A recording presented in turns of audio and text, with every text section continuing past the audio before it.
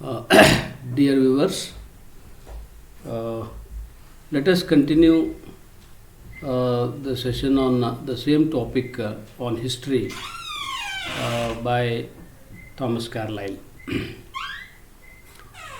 So, in the last session, we discussed about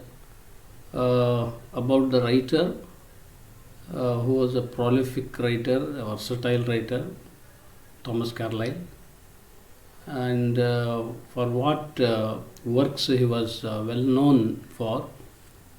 And then we discussed the first two paragraphs of this essay, in which we came to know the definition that is beautifully said by Thomas Carlyle, how history is the root of all sciences, and how it is the product of our spiritual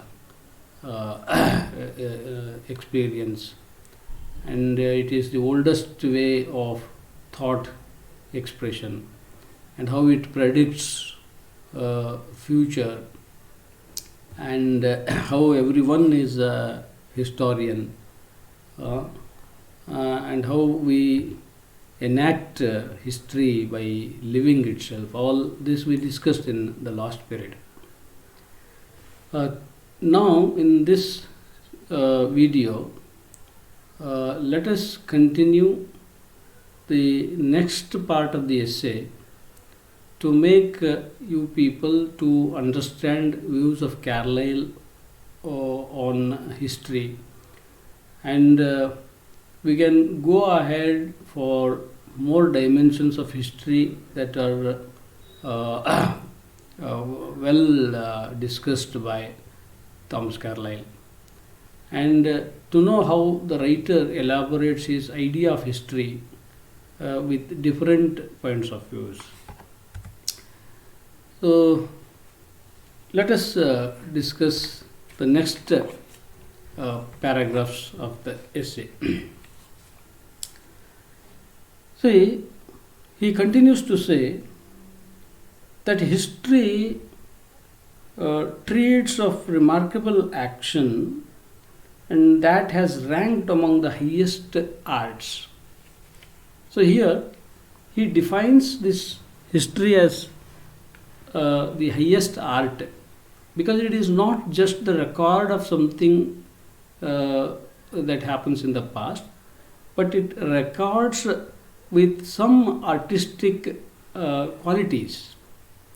In modern as well ancient times, this history was so remarkably treats the action in such a way that it could be enjoyed by the readers as the highest art also.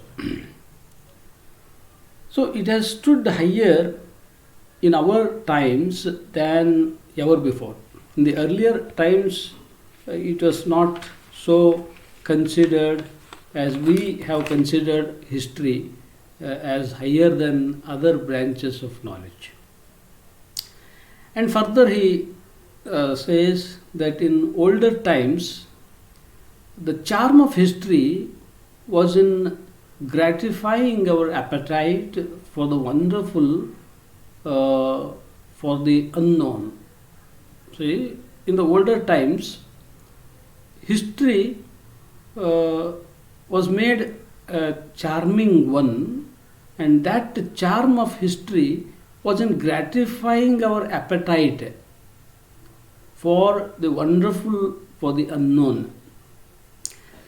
It means in the older times, histories were written with an intention to make the readers be attracted.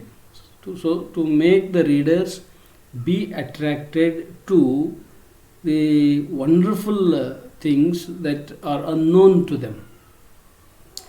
First, it was like a storytelling. Now it has become a school mistress.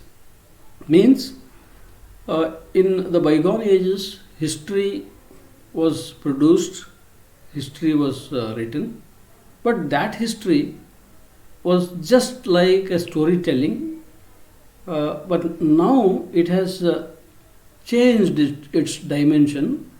It is not just a record as a story, but it has become a school mistress, means it teaches us something. It educates its readers by providing a lot of information and the incidents, events that have happened in the past as well. It helps us or it teaches us how to understand the present and the future, and it helps us to guess and interpret the present and the future later. That is very well defined by Thomas Carlyle. And then its venerable character, its honorable character is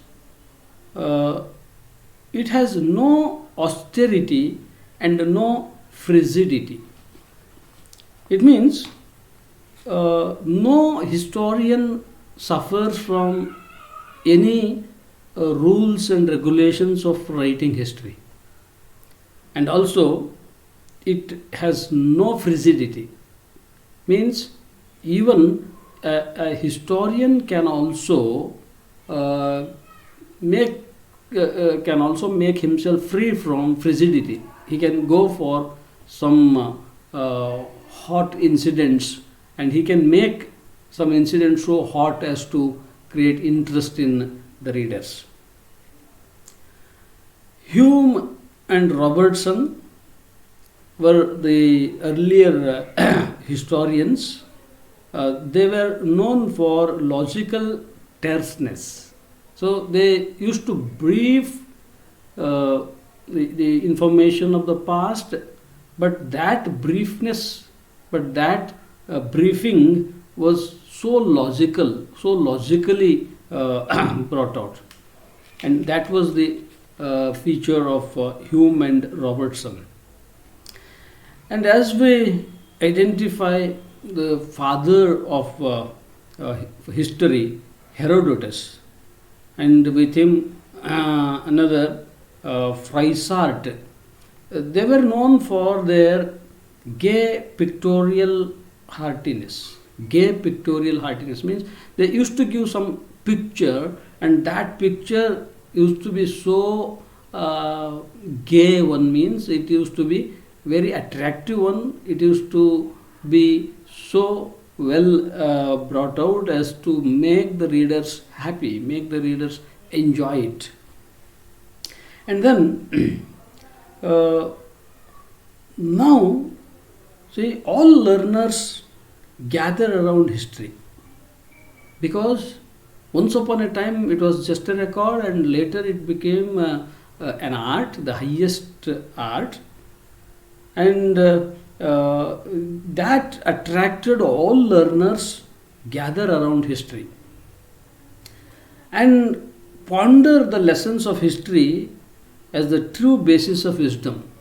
Because history contains not only the kings and queens, history contains not only the few separated incidents of the past, it contains a very experience of life where everybody can ponder over the lessons of history as to true basis of wisdom. So one who reads history can acquire a greater wisdom, because history is such a branch of knowledge that it has all branches of knowledge in its depth.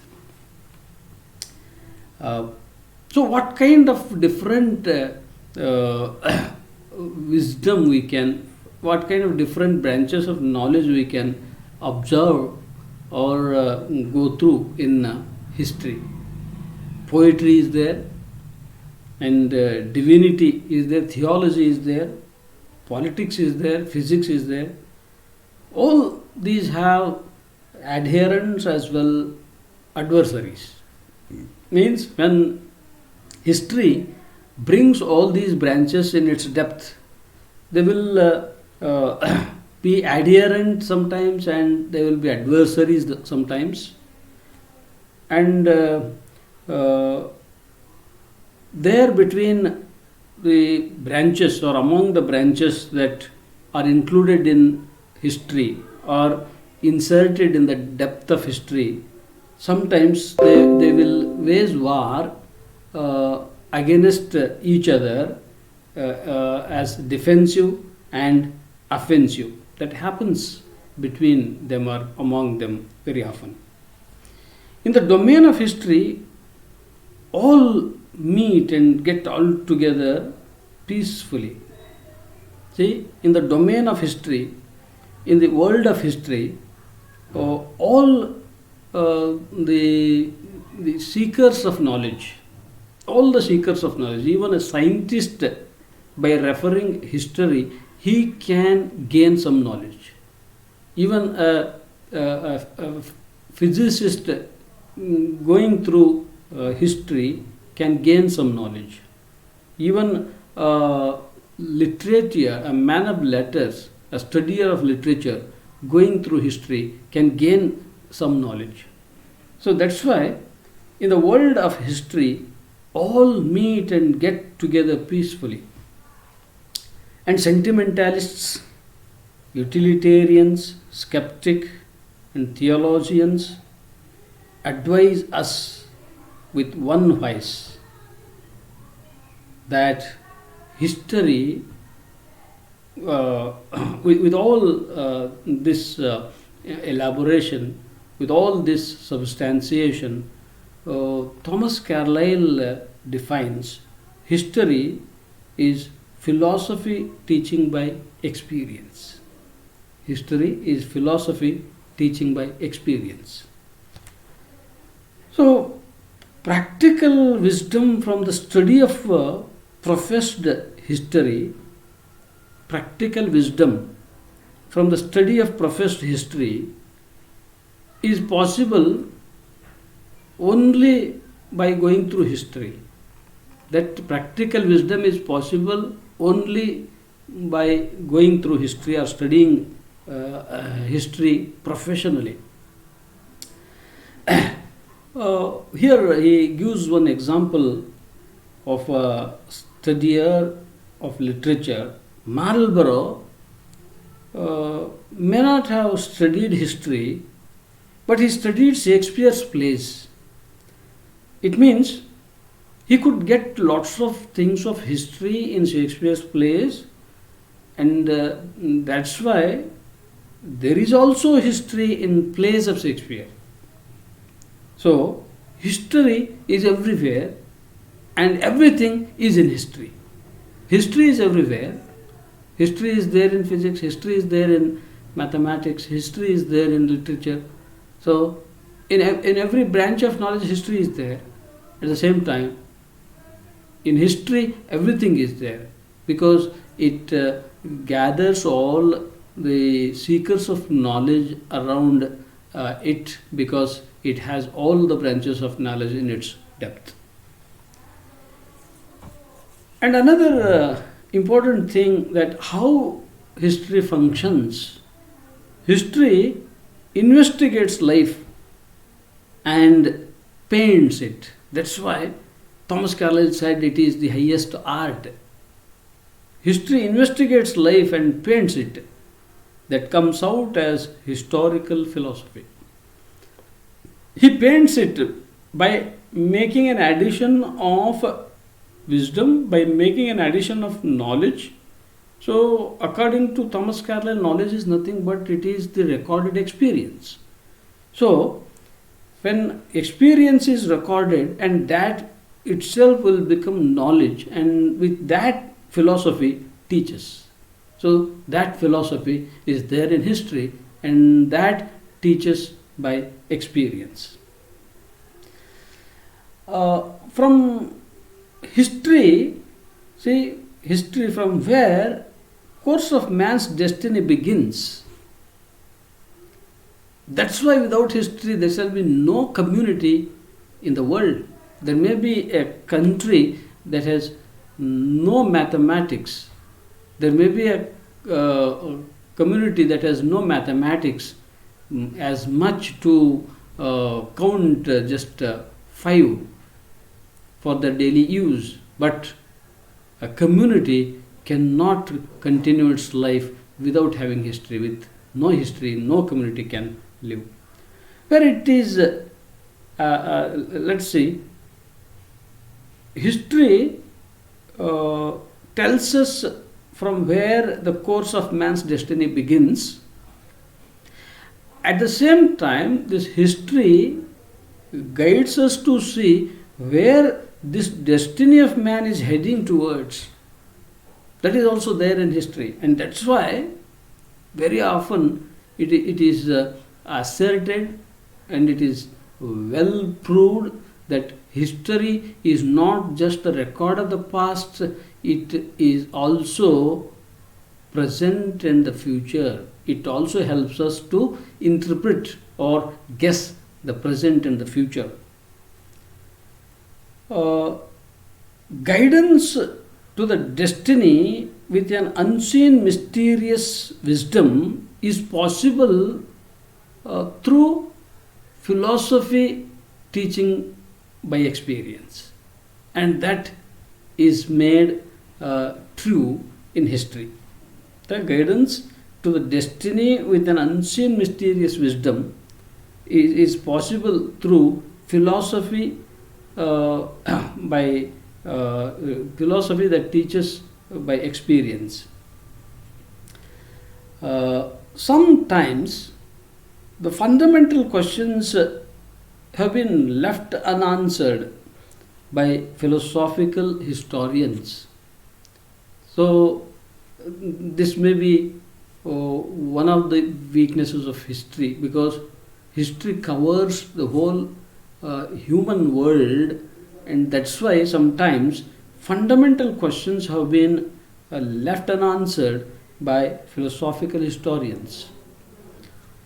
So this is 2 paragraphs that I discussed. Let me explain it in Kannada.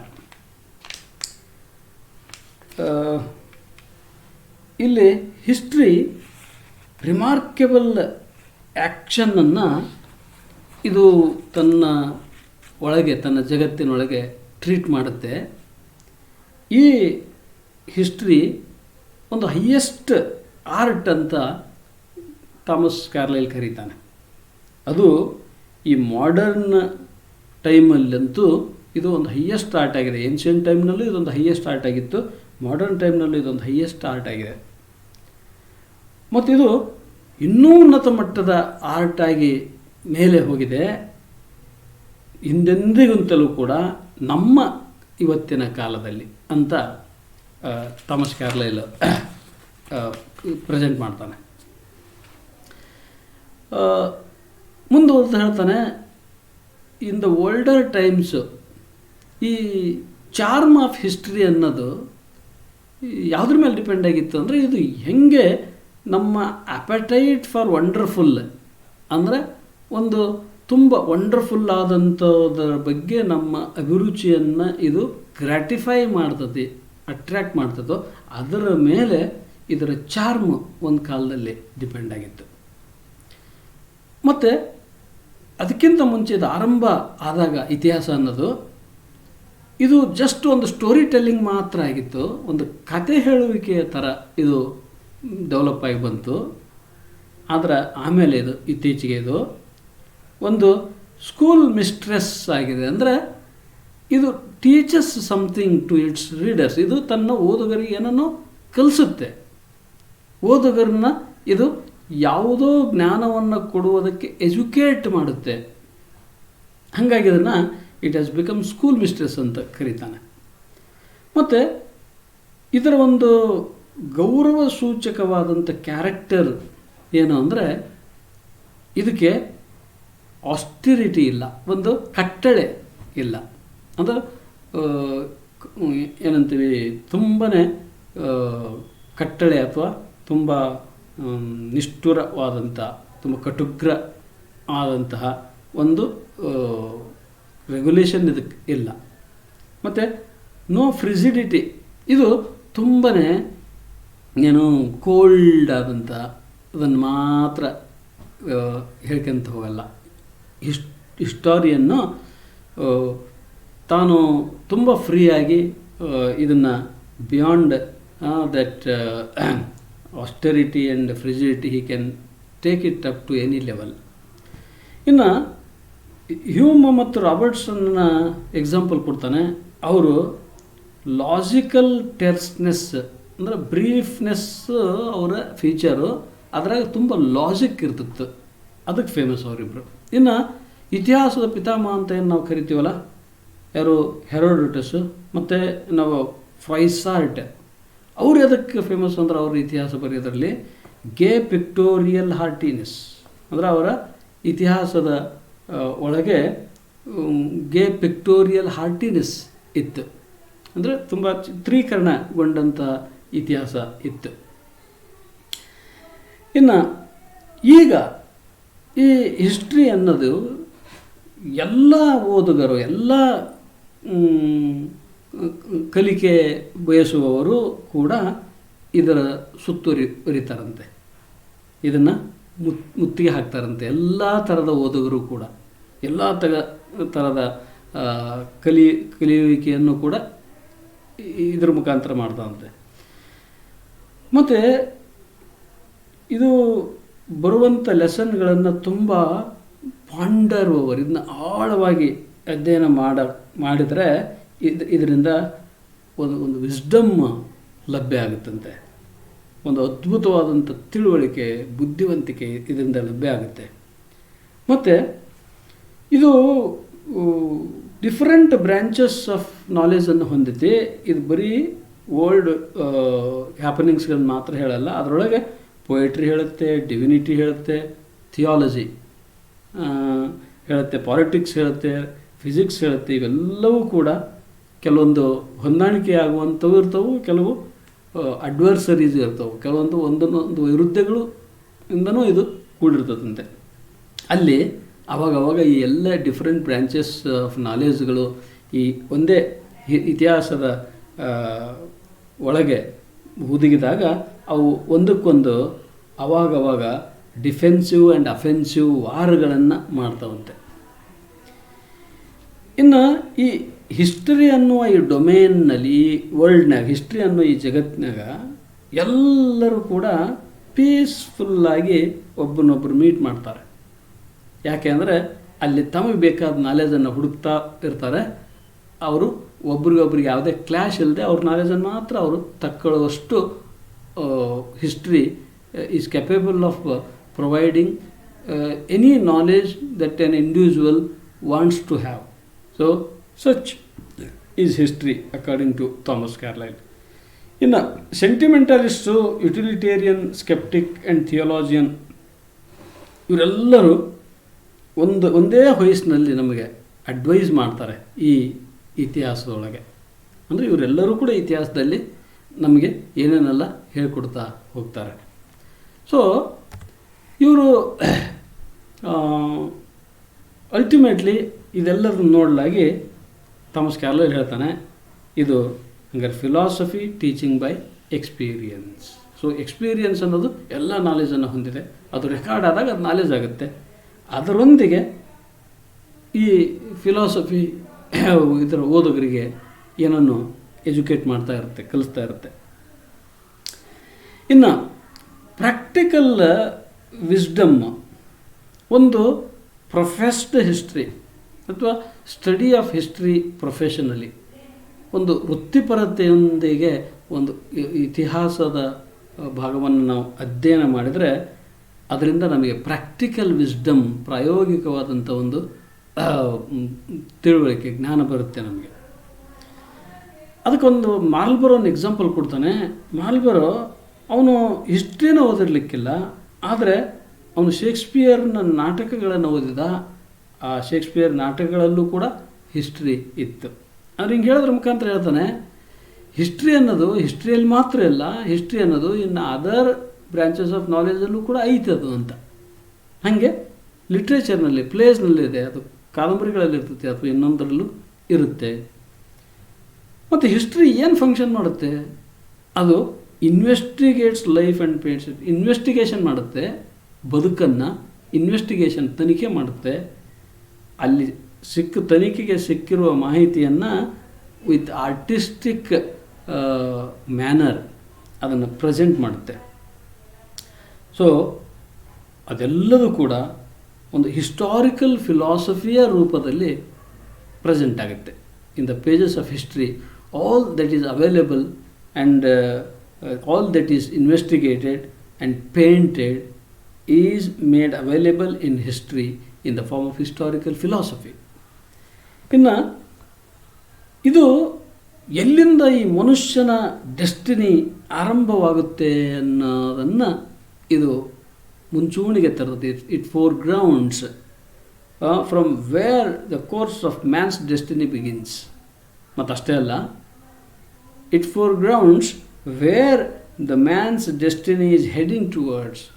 So ಎಲ್ಲಿ ಮನುಷ್ಯನ destiny ಆರಂಭ ಆಯಿತು ಮತ್ತು ಈ ಮನುಷ್ಯನ destiny ಎತ್ತ ಸಾಗುತ್ತಿದೆ ಅನ್ನುವ ದಿಕ್ಕನ್ನು ಕೂಡ ಇದು ನಮ್ಗೆ ಹೇಳುತ್ತೆ. ಹಾಗಾಗಿನೇ ನಾವು ಈ live in present and read even the past also in history ಅಂತ ಹೇಳೋದು. ಅಂದರೆ ನಾವು ಪ್ರೆಸೆಂಟ್ನಲ್ಲಿ ಬದುಕಿ ಪಾಸ್ಟಿನ ಇತಿಹಾಸ ಓದಬೇಕಾದ್ರೆ ಅದು ನಮ್ಮಿಂದ ಫ್ಯೂಚರನ್ನು ಓದಿಸುತ್ತಿದೆ ಅಂತ.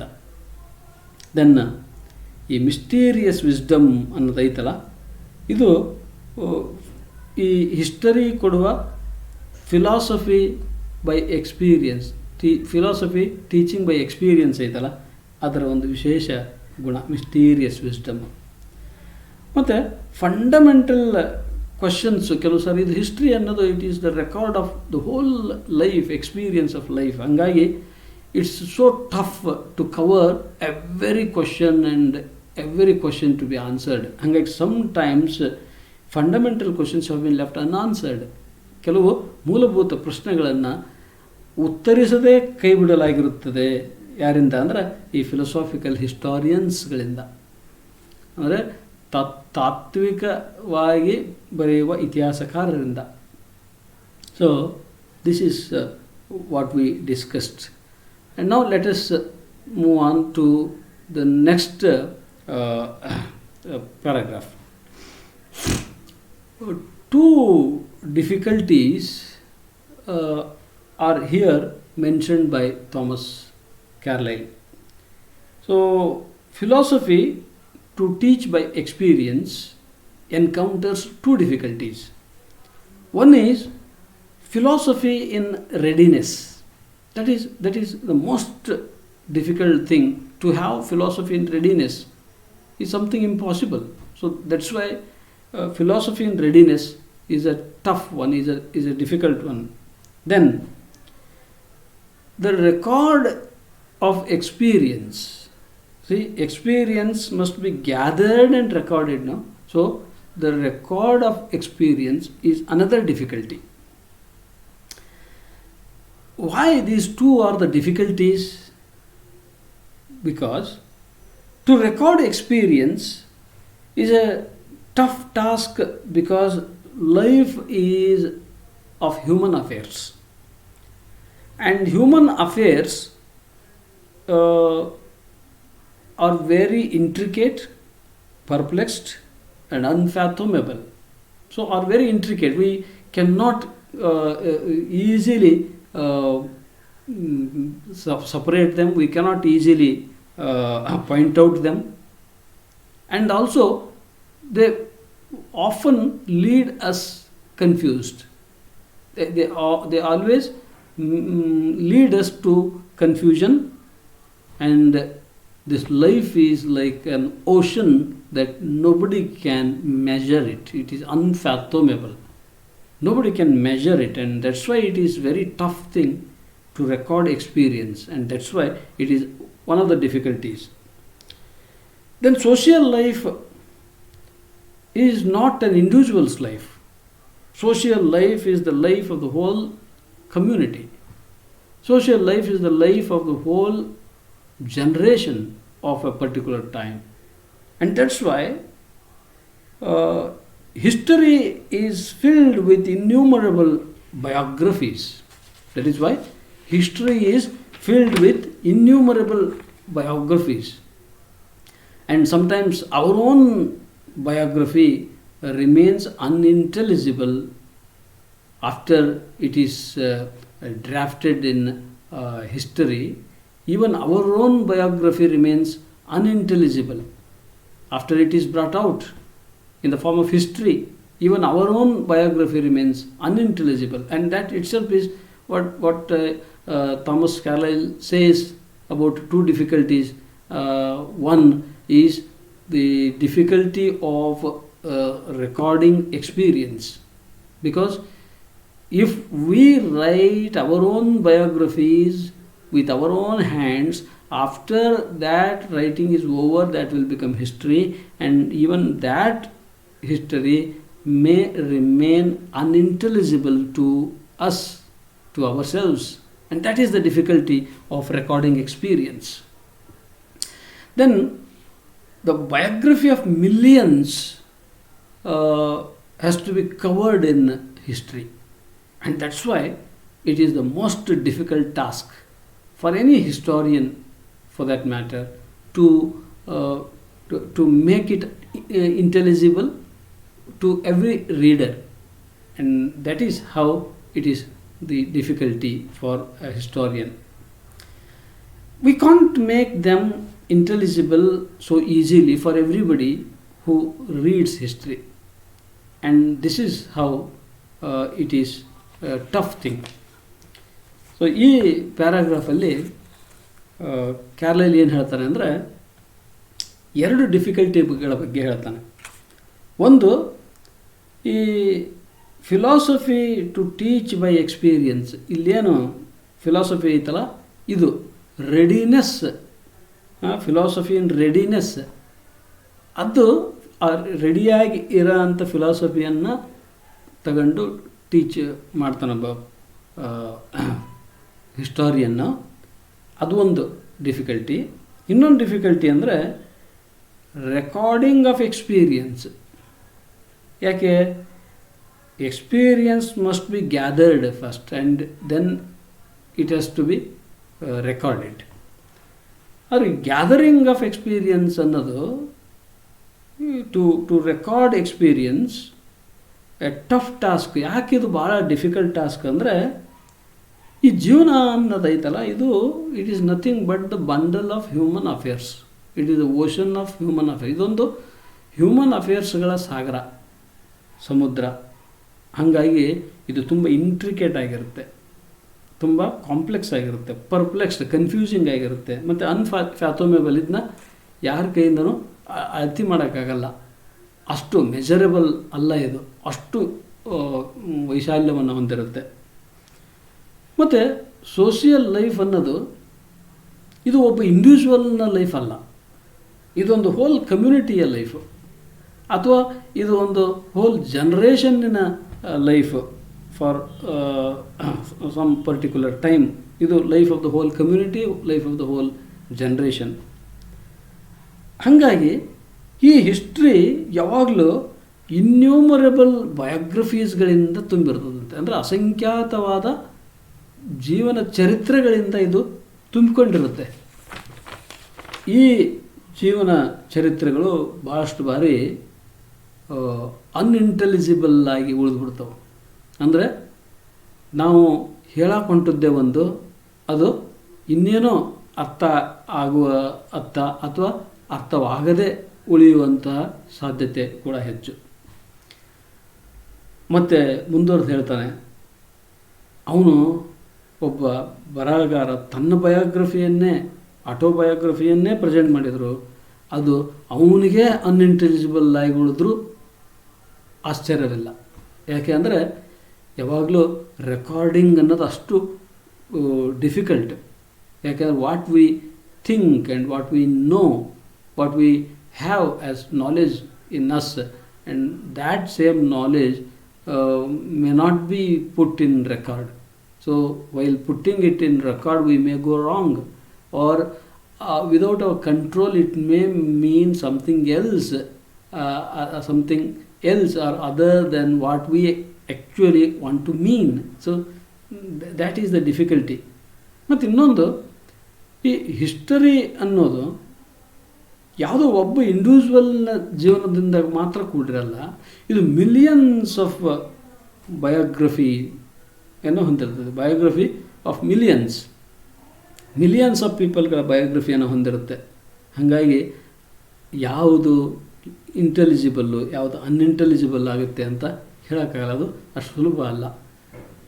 So this is what Thomas Carlyle discusses in these 3 paragraphs of his essay on history. I think this is enough for this video. Here you could come across many historians, and also you could define history with its ingredients, and also you will know functions of history, what it functions, how it investigates, how it paints that record of the experience of the past. And also you could understand the vastness of history. You could understand the vastness of history because it always records the human affairs, the whole life, and that whole life is not just one's life, it is the biography of millions.